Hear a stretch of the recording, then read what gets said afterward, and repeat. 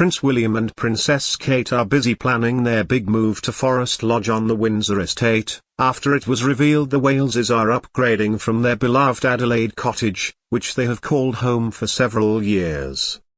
Amid news of their move, which will be finalised later this year, it was shared that the royal couple will likely stay in Forest Lodge when William ascends the throne, rather than move to one of the more prominent royal residences, such as Buckingham Palace.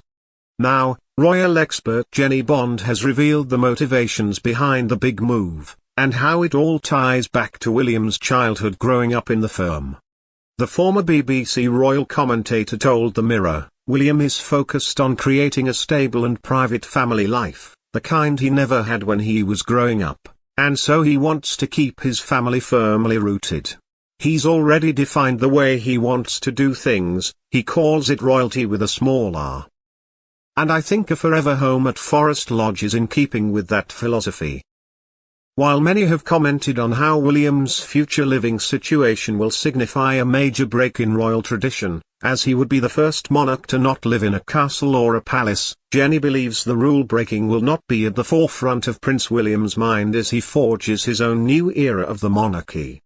"I don't think William is going to bat an eyelid about breaking certain royal traditions," she said.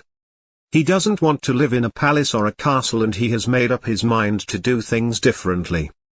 Living in a house, albeit a pretty big house as Forest Lodge is, will give his family much more normal life, and that, I'm sure, is going to stand them in good stead."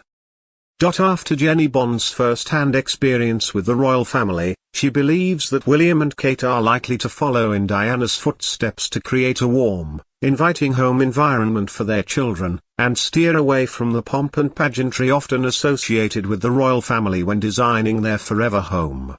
She said, "I have spent time with the King at his Highgrove home and with Diana in her apartment at Kensington Palace. Both were quite cozy and comfortable. Diana, in particular, had a light touch with the decor, squashy sofas, soft colors and nothing too staid. And I think that's the kind of atmosphere William wants his children to grow up in, which is why he's made it quite clear that he doesn't intend to move to Windsor Castle, or indeed to Buckingham Palace, when the time comes for him to become king." While Kate has lived as a working royal for more than a decade, Jenny believes that living in a more modest home than one of the royal palaces will be welcomed by the Princess of Wales, who did not grow up in the spotlight like her husband.